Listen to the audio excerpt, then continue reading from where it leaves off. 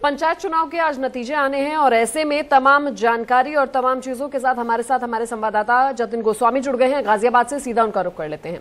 जतिन, आज पंचायत चुनाव के नतीजे आने हैं, बहुत अहम दिन है, बहुत सारे प्रत्याशियों की किस्मत का जो है वो फैसला होने वाला है। ऐसे में तमाम तैयारियां जो है वो खासतौर पर की गई हैं ताकि सोशल डिस्टेंसिंग का, क्योंकि नेशनल इमरजेंसी एक तरीके से हमारे देश में है कोरोना को लेकर, तो ऐसे में तमाम चीजों का जो है वो ध्यान रखा जा रहा है कि सोशल डिस्टेंसिंग हो, मास्क हो, तमाम चीजें हो। तो ऐसे में क्या कुछ तैयारियां गाजियाबाद में और किस तरीके का नजारा वहां पर देखने को मिल रहा है? देखिए, सरकारी तैयारियां पूरी हैं, लेकिन हमने सुबह देखा कि मुरादनगर में जिस तरह से भीड़ हुई मतगणना केंद्र पर, वो काफी हैरान करने वाली थी। वहां पर सोशल डिस्टेंसिंग के नियमों का पालन नहीं हुआ, बाद में कराया गया। तो ये सब मनवाने के लिए पूरी तैयारी है और जो जिला प्रशासन है उन्होंने कल ही फायर ब्रिगेड की गाड़ियों के माध्यम से तमाम मतगणना स्थल जो हैं उनको सैनिटाइज करवा दिया था। 4 मतगणना स्थल हैं गाजियाबाद में, जिसमें रजापुर है, मुरादनगर है, अनाज मंडी गोविंदपुरम है और लोनी है। और आप समझते हैं कि चारों इलाके बेहद महत्वपूर्ण इस लिहाज से भी हैं, जिसमें लोनी काफी दिल्ली के करीब है। तो क्योंकि लॉकडाउन भी है, इस बीच वीकेंड लॉकडाउन से अब ज्यादा जो है वो देखने को मिल रही है। और ये बता दें कि जो जिले के डीएम हैं उन्होंने धारा 144 को और ज्यादा एक्सटेंड कर दिया है। और यही नहीं, क्योंकि आपने बिल्कुल सही कहा कि नेशनल इमरजेंसी है पूरे देश में, जिस तरह के हालात हैं, तो उसको देखते हुए जो रिपोर्ट है, नेगेटिव रिपोर्ट कोविड की, वो लेकर मतगणना स्थल पर एजेंट्स को पहुंचनी पड़ेगी, तभी उन्हें जो संबंधित स्थल है, उनकी जो संबंधित स्थल है वहां तक जाने की इजाजत होगी। तो हर तरह का एहतियात जो है सरकारी तंत्र द्वारा रखा जा रहा है और जाहिर है सभी से अपील भी की गई है कि जरूरत ना हो तो मतगणना स्थल और उसके आसपास बिल्कुल भी जाने की कोशिश ना करें जो उससे संबंधित लोग नहीं हैं। ये बातें सुनिश्चित भी ग्राउंड पर की जा रही हैं और जो लॉकडाउन है उसका भी संपूर्ण रूप से पालन करवाया जा रहा है। जी जतिन, आप जुड़े रहिए हमारे साथ बुलंदशहर से हमारे संवाददाता पुनीत शर्मा जुड़ गए हैं। सीधा उनका रुख कर लेते हैं। पुनीत, किस तरीके के हाल हैं बुलंदशहर में और नतीजे आने हैं, किस तरीके की तैयारियां हैं और क्या कोरोना प्रोटोकॉल्स, कोरोना गाइडलाइंस, तमाम चीजों का जो है वो वहां पर ध्यान रखा जा रहा है? बिल्कुल, देखिए, अगर गाइडलाइन की बात करें, तैयारियों की बात करें, तो बुलंदशहर में पूर्ण तरीके से तैयारी कर ली है। और साथ ही बुलंदशहर में टोटल 16 मतगणना केंद्र है और यहाँ पर 462 मतगणना टेबल लगाई गई है, जहाँ पर ये बताया जा रहा है कि 50-50 जो वोटर 50-50 जो वो है मतपत्र, उनकी गड्डियां बनाई जाएंगी, साथ ही उनको जो है एक साथ फिर गिना जाएगा।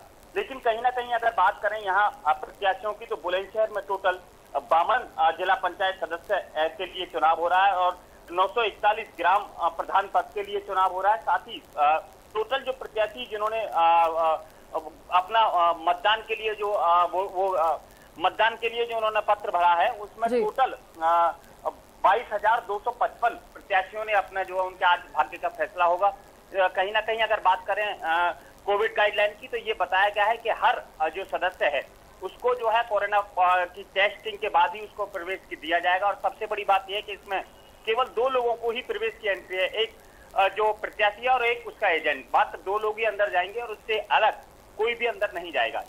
जी पुनीत, आप बने रहिए हमारे साथ गाजियाबाद से जतिन भी जुड़े हुए हैं। जतिन, अब हम बात रुझान की जरूर कर लेते हैं कि 8 बजे से, क्योंकि वहां पर वोटों की गिनती जरूर शुरू हुई होगी, तो अब क्या कुछ रुझान अब तक के, क्योंकि अभी तो बहुत ज्यादा वक्त नहीं बीता है, अभी सिर्फ 1 घंटा ही बीता है, लेकिन फिर भी अभी तक के क्या रुझान सामने हैं?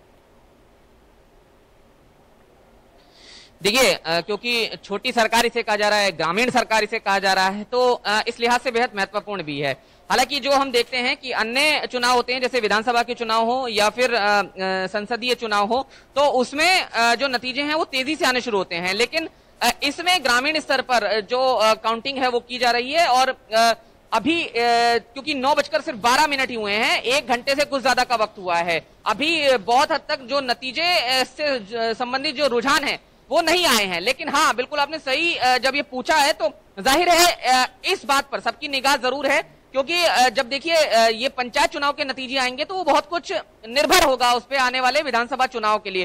तो जो राजनीतिक गणित है वो उस लिहाज से बदलता भी है, ये सब जानते हैं, तो सभी की नजर उस पर जरूर बनी हुई है। लेकिन क्योंकि जो एक इमरजेंसी की सिचुएशन लगातार बनी हुई है, उस लिहाज से भी देखें तो थोड़ी देरी जरूर इस बार हो सकती है और ऐसा यही माना जा रहा है कि जो नतीजे कुल मिलाकर कंप्लीट नतीजे जो हैं वो आने में करीब रात तक का वक्त लग जाएगा, लेकिन हाँ, रुझान के लिए भी अभी हमें थोड़ा सा इंतजार करना होगा। जी जी बिल्कुल। पुनीत हमारे साथ जुड़े हुए हैं। पुनीत, काउंटिंग सेंटर्स के बाहर आप जरूर वहां पर जायजा ले रहे होंगे, तो पुनीत आपसे ये जानना चाहेंगे कि वहां पर किस तरीके का हाल है, मतलब किस तरीके से वहां पर कोरोना गाइडलाइंस का पालन किया जा रहा है या फिर नहीं किया जा रहा है?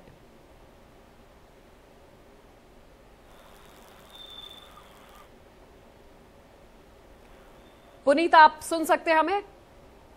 जी हाँ, आपसे ये जानना चाहेंगे काउंटिंग सेंटर्स के बाहर किस तरीके से कोरोना गाइडलाइंस का पालन किया जा रहा है?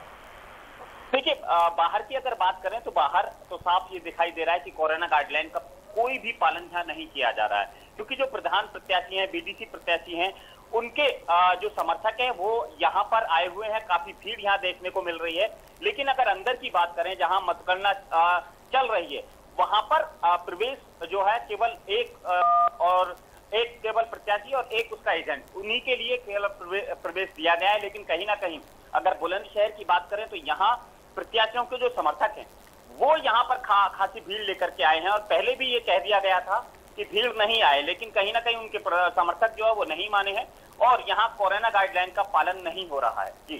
जी पुनीत, जतिन आपके पास वापस आना चाहेंगे। आपसे भी यही सवाल मेरा है कि किस तरीके से वहां पर काउंटिंग सेंटर्स की बाहर की अगर हम बात करते हैं तो क्या वहां पर कोरोना गाइडलाइंस का पालन किया जा रहा है?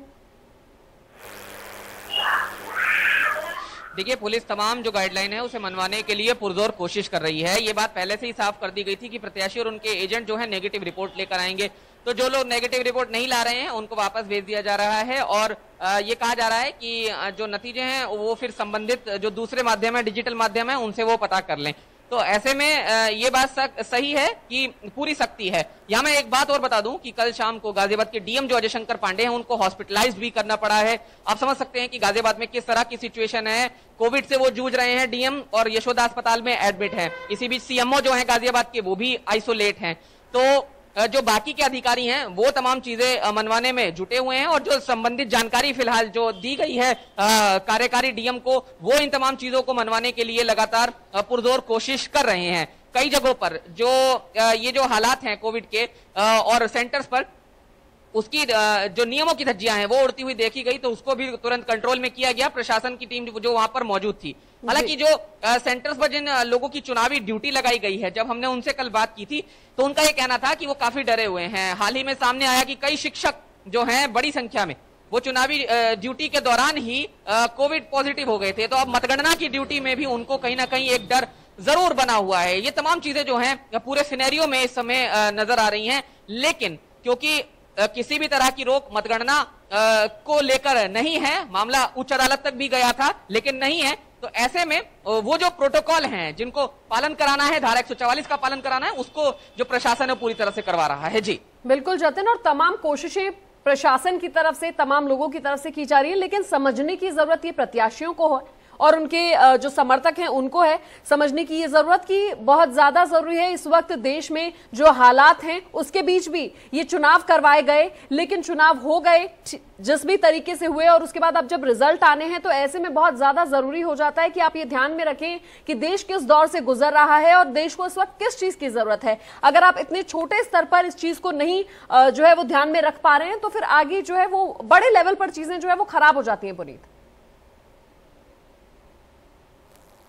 बिल्कुल, देखिए जिम्मेदारी सबकी है। आप देख रहे होंगे कि मैं भी मतगणना स्थल से थोड़ी दूरी पर आकर आपसे बातचीत कर रहा हूं, क्योंकि जब कोई भी मीडिया संस्थान किसी भी उस जगह पर जहां पर मतगणना या उसके बाहर का हिस्सा है वहां से लाइव रिपोर्ट या किसी भी तरह की रिपोर्ट करता है तो थोड़ी बहुत भीड़ जो है इर्द गिर्द इकट्ठी होती है। तो हम भी नहीं चाहते जिस तरह के हालात गाजियाबाद में है उस तरह के हालात कुछ भी हमारी वजह से कुछ ऐसे हों जिसमें भीड़ इकट्ठी हो, और इसीलिए हमने जिम्मेदारी समझी कि हम थोड़ी दूर पर आकर लाइव रिपोर्ट ये कर रहे हैं। मतगणना स्थल पर भी हमने तमाम एहतियात के साथ ये रिपोर्ट करी। तो निश्चित है ये समझ सकते हैं कि सबको जिम्मेदारी समझनी है। हम समझ रहे हैं, आप समझ रहे हैं, देश के कुछ सभ्य लोग और जिम्मेदार लोग समझ रहे हैं, लेकिन कुछ प्रत्याशी और उनके एजेंट अगर नहीं समझेंगे तो जिस तरह का हाल पूर्व में हम देख रहे हैं कि चुनावी रैलियों या चुनाव की वजह से देश में हुआ है, कहीं वो स्थिति और भयावह ना हो जाए, क्योंकि अस्पतालों में जगह नहीं है। जिस तरह से हम देख रहे हैं ऑक्सीजन के लिए लोग दर दर की ठोकरें खा रहे हैं, परेशान हो रहे हैं, लाइन में लग रहे हैं। तो ये तमाम चीजें ध्यान में रखनी होगी। चुनाव अगर उनके लिए जरूरी है, मतगणना जरूरी है,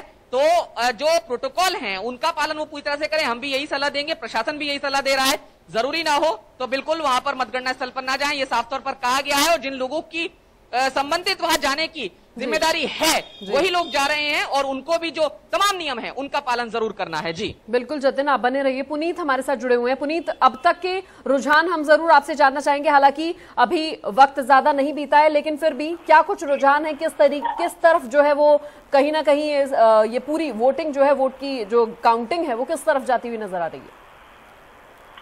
बिल्कुल, हालांकि अभी मैंने उनको अभी इकट्ठा किया जा रहा है, क्योंकि जो मतपेटियां हैं वो अभी जो कमरों में दाखिल हुई हैं उनको खलाया गया है। और साथ ही मतपेटियां जो है बाकायदा, क्योंकि उनकी गड्डी बनाई जा रही है मतपत्रों की, 50-50 जो गड्डियां बनाई जाएंगी। हालांकि अभी वहां के हमारे अधिकारी से बात हुई है तो उनका साफ ये कहना है कि चंद मिनटों में ही हम आपको रुझान बता देंगे और उसके बाद ही कुछ बता पाना मुश्किल होगा, क्योंकि अभी ये बताया जा रहा है कि मतगणना जो है वो फिलहाल जो है उसकी तैयारी पूरी कर ली गई है और गड्डियां बनाई जा रही हैं। लेकिन रुझान की अगर बात करें तो फिलहाल अभी रुझान जो है वो हमको अंदर से नहीं मिला है। जी पुनीत, आप बने रहिए हमारे साथ धर्मेंद्र जुड़ गए हैं मुजफ्फरनगर से, उनका रुख कर लेते हैं फोन लाइन पर। धर्मेंद्र, क्या कुछ हालात है वहां के, किस तरीके से जो है, अगर हम काउंटिंग सेंटर्स की बात करें तो उनके बाहर किस तरीके की चीजें देखने को मिल रही है? क्या जो कोविड गाइडलाइंस है, प्रोटोकॉल्स है, उन सभी का पालन किया जा रहा है? बिल्कुल, देखिए मैं बताना चाहूंगा, भारतीय पूरी तरह से कोविड की जो गाइडलाइन है उनकी धज्जियां उड़ते नजर आ रही है। पुलिस बल काफी मौजूद है, लगातार समझाने के प्रयास करेगी। कुछ जो मतदान स्थल है उन पर पुलिस ने बल प्रयोग भी किया है ताकि सोशल डिस्टेंसिंग का पालन कराए, लेकिन भीड़ है कि मानने का नाम नहीं ले रही है। अगर एंट्री की बात करूं तो हर आदमी को जो है एक एजेंट जो है अंदर एंट्री चेकिंग के बाद ही एंट्री अंदर की जा रही है। जो सैनिटाइजर है वो भी अंदर ले जाने नहीं दिया जा रहा है। बताया जा रहा है कि जो अंदर जो जहां पर काउंटिंग उन स्थलों पर जो है जो मतों की पेटी है वे लाकर अभी रख दी गई है और पूरी तरह से अभी सिस्टम जो है अपने सुचारू रूप में नहीं आ रहा है। जी धर्मेंद्र, और साफ तौर पर जैसा तमाम जगहों से हमें देखने को मिल रहा है कि किस तरीके से सोशल डिस्टेंसिंग की धज्जियां उड़ाई जा रही हैं और जो भी गाइडलाइंस दी गई थी, जो भी प्रोटोकॉल्स हैं, उन सभी को तोड़ा जा रहा है, गाइडलाइंस की भी धज्जियां उड़ाई जा रही हैं। बहुत अहम हो जाता है ये समझना कि किस तरीके से जब ये वोटों की काउंटिंग होनी है और ऐसे समय पर तमाम चीजों का, तमाम प्रोटोकॉल्स का, गाइडलाइंस का जो है वो पालन नहीं हो रहा है। लेकिन जतिन, आपसे जरूर ये समझना चाहेंगे कि ऐसे में जो प्रत्याशी हैं उनकी अपनी जिम्मेदारी बनती है कि वो तमाम लोगों को समझाएं, अपने जो उनके समर्थक हैं उनको समझाएं, गांव के लोग जो हैं उन्हें समझाएं कि वो सोशल डिस्टेंसिंग का पालन करें, क्योंकि जब वो प्रत्याशी बने हैं तो वो इस चीज को लेकर जो है वो सामने आएंगे कि उनकी जिम्मेदारी बनती है कि वो लोगों को समझाएं। और ऐसे में अगर वो खुद ही इन सब चीजों का पालन नहीं कर रहे हैं, पालना नहीं करवा पा रहे हैं, तो फिर चाहे वो जीते या फिर हारे, उनकी जिम्मेदारी रही क्या जाती है?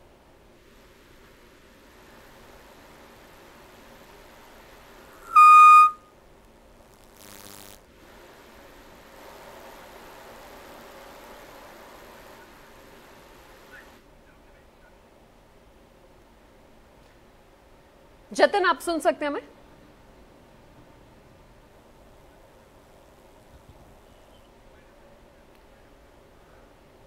चलिए, बहुत अहम है ये समझना कि जिस तरीके से अब पंचायत चुनाव की काउंटिंग हो रही है तो ऐसे में तमाम चीजों का पालन किया जाए और जगह जगह पर जहां पर भी काउंटिंग हो रही है वहां पर इन सब चीजों की धज्जियां ना उड़ाई जाएं।